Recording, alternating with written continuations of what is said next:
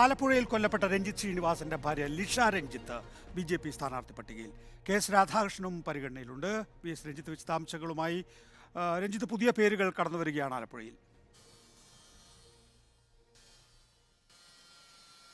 തീർച്ചയായിട്ടും ബി.ജെ.പി. ആലപ്പുഴയിൽ നേരത്തെ കെ.എസ്. രാധാകൃഷ്ണന്റെ പേര് മാത്രമാണ് ഉയർത്തിക്കാണിച്ചിരുന്നത്. കെ.എസ്. രാധാകൃഷ്ണനാണ് കഴിഞ്ഞ തവണ മത്സരിച്ച് അദ്ദേഹം നല്ല വോട്ട് പിടിക്കുകയും ചെയ്തിരുന്നു. പക്ഷേ ഇത്തവണ അത് BDJS കൊടുക്കും എന്നൊരു അഭ്യൂഹം തുടക്കത്തിലുണ്ടായിരുന്നു. എന്നാൽ ബി.ജെ.പി. തന്നെ അവിടെ ഒരു പുതിയ സ്ഥാനാർത്ഥിയെ കൂടി തേടുകയാണ്. ഇപ്പോൾ ഡൽഹിയിൽ കൊണ്ടുപോയ പട്ടികയിൽ ആലപ്പുഴയിൽ പരിഗണിച്ചിട്ടുള്ള പേരുകളിൽ 2 പേരുകൾ. ഒന്ന് രഞ്ജിത്ത് ശ്രീനിവാസന്റെ, പോപ്പുലർ ഫ്രണ്ട് പ്രവർത്തകർ വധിച്ച ഈ രഞ്ജിത്ത് ശ്രീനിവാസന്റെ വിധവയായിട്ടുള്ള ലിഷ രഞ്ജിത്തിനെ പരിഗണിക്കുന്നു എന്നുള്ള പേരാണ്.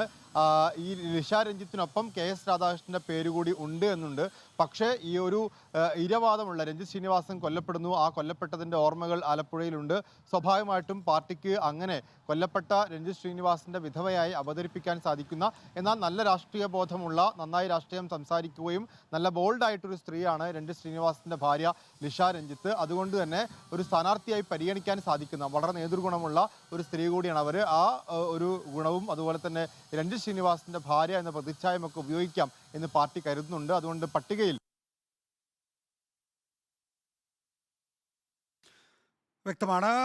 വി.എസ്. രഞ്ജിത്താണ് വിശദാംശങ്ങൾ നൽകിയത്. ആലപ്പുഴയിൽ കൊല്ലപ്പെട്ട രഞ്ജിത്ത് ശ്രീനിവാസന്റെ ഭാര്യ ലിഷ രഞ്ജിത്ത് കൂടി ബി.ജെ.പിയുടെ സ്ഥാനാർത്ഥി പട്ടികയിൽ എത്തിയിരിക്കുന്നു. നേരത്തെ കെ.എസ്. രാധാകൃഷ്ണന്റെ പേര് മാത്രം ആലപ്പുഴയിൽ ഉണ്ടായിരുന്നു. ഇപ്പോഴാണ് ലിഷ രഞ്ജിത്തിന്റെ പേര് കൂടി ഉയർന്നു വന്നത്. വിവരങ്ങൾ നൽകുകയായിരുന്നു വി.എസ്. രഞ്ജിത്ത്.